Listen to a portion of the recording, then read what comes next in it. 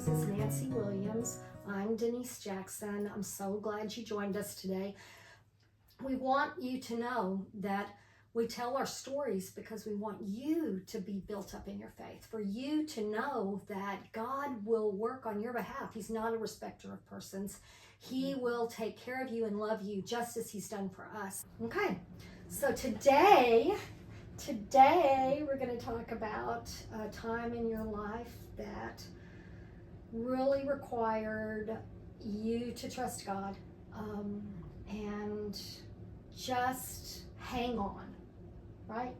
And it was a kind of big change. So before we even start talking about that, let's talk about like what you were doing, where you were. What was that time period like? I was in my mid-40s and early 40s, and I had gone through a season, or we had as a family, of some significant loss. We had deaths of multiple family members. We had moved our family from one community to another, and it really wasn't a move of our choosing. It was because of a job transfer. So it was a challenging time and a difficult time. And we were adjusting, and God was faithful to guide us through and care for us, got my kids into a good school. How old were they when you made that move? They were 5th grade and 7th grade, so moving into middle school. Okay. So a few years into that, as we were in that community and dealing with all these losses, I came to a place where I felt like God was going to open up a new season in my life, and I didn't know quite what that was. I had left some responsibilities and opportunities and accomplishments in the community where I'd been. So I was at this place where I thought God had some open doors coming, but I didn't know what they were. Were you hungry for something new at that point? I was.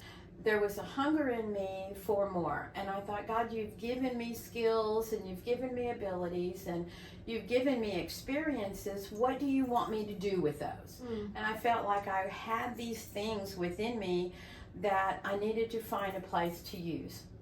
And so through a season of events and conversations with people, I ended up seeking out a degree in counseling. I already had a teaching certificate. I had taught school. I had done a number of things professionally. I was doing conferences and retreats for women. I thought this is going to better equip me to be that speaker and writer that I believe God is calling me to share my story and share encouragement. So I followed that path and got that degree and stepped into an internship role. And that was exciting, and I felt like I was on this adventure.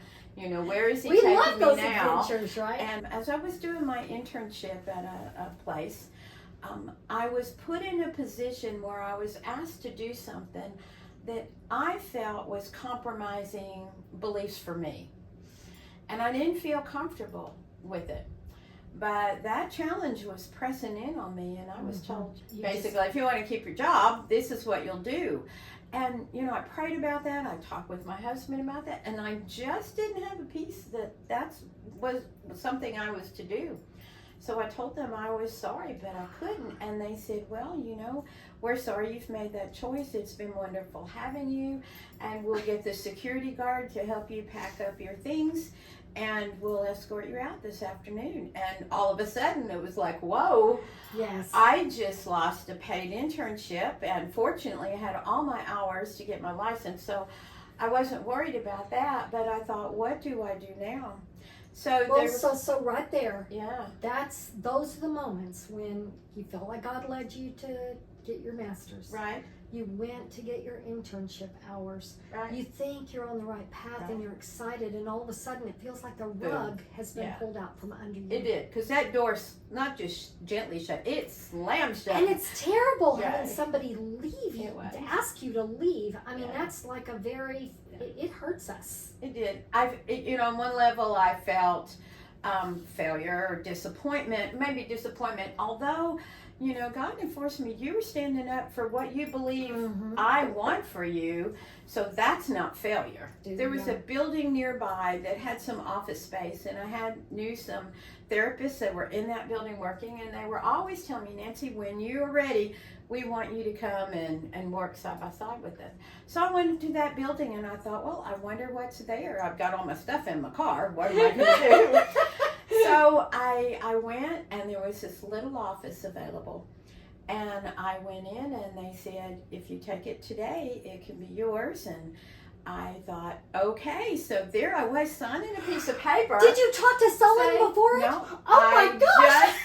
I just felt like, okay, God, is this an open door? And I thought, And you well, I'll walked sign, in. and then if I can, I'll say, oops, I'm sorry, I Yeah. can't do this. And we can make mistakes, right? Right. That's the thing. You could have signed that and then found out, okay, this is not the right thing.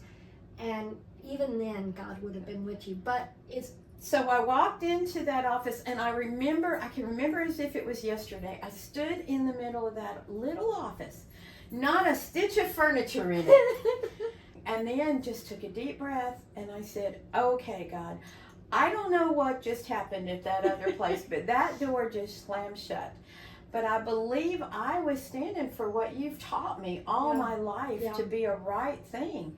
So I don't apologize for that. And you let it happen for a reason. I trust you to know that you don't let things just happen randomly in my life ever.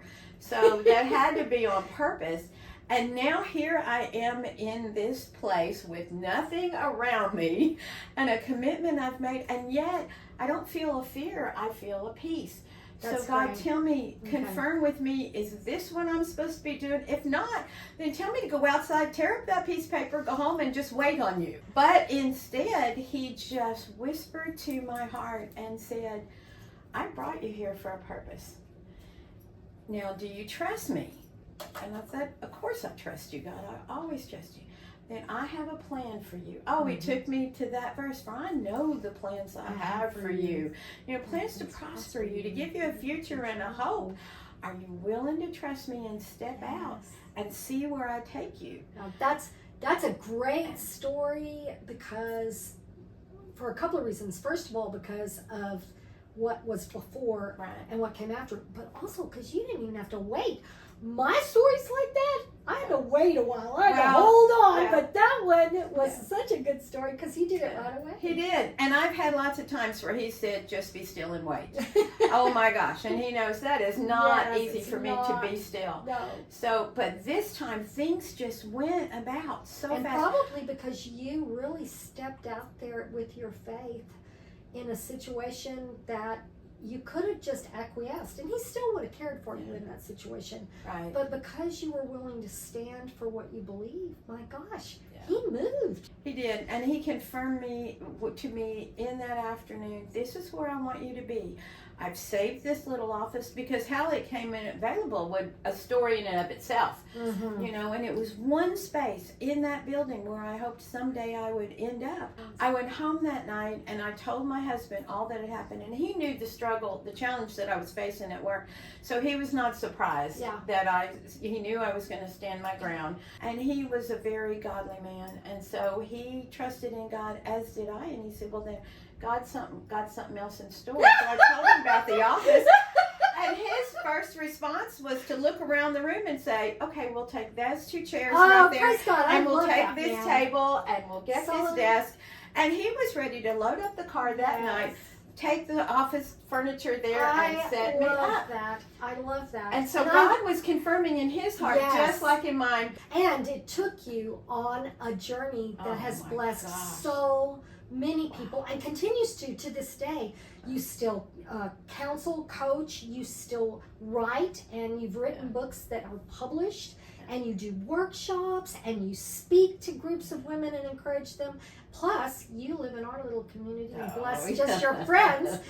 Even though none of us pay you for it, we abuse you often as somebody that really understands how to walk us through some hard times. Well, you know, sometimes God, I think, shines a light down a path and says, okay, here's where I'm taking you, Nancy, and see this ahead, here's where we're going, here's how we're going to get there, and sometimes he shines that light and just says, take a step right there and just wait on me for the next Love step, that. and I'll shine the light where I want you to go.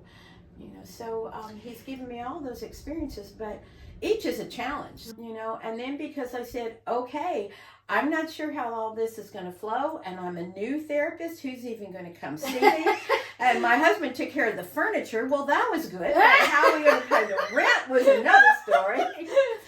It wasn't a day or two later, I got calls from 2 ministers in that community where this new little office was. One was a hospital chaplain. The other was a minister saying, we heard that you've opened up a practice. We are so appreciative of how you work with the people we've sent to you in your internship. We want to send people Praise to you. God. And people started calling. We will have favor with him, with men, because we have favor with him. And because you stepped out on that ledge, really, it was a ledge in both ways, signing the rent. I did the same thing. It's so funny as we share our stories with each other. When I hear that, I'm like, oh my gosh, I did that at the daycare center. We were both crazy. Thank God we had you. Thank God we had you, Lord, because you were there to just establish us. We thought we knew and heard your voice, and we stepped out. And really, I guess I want to say on this conversation as we draw to an end, never in my life have I been in a situation where I stepped out and fell headlong. Sometimes I stumbled a little bit. Sometimes I had to go through some things, just like Nancy. I would get out there and go, okay, now what? Now what? I'm here and I don't know what to do next. And kind of I'm in that situation again with this website and all the things that I'm doing. But God has never let me fall headlong. And so what do you want to close our conversation with that maybe will help our girls just be? The thing I think I would most leave with you is a verse that I lean on in my life, Proverbs 3, 5, and 6. Trust in the Lord with all your heart. And I like to say, don't be limited by. It says, lean not on your own understanding. In all your ways, acknowledge him, and he will direct your paths. Praise God.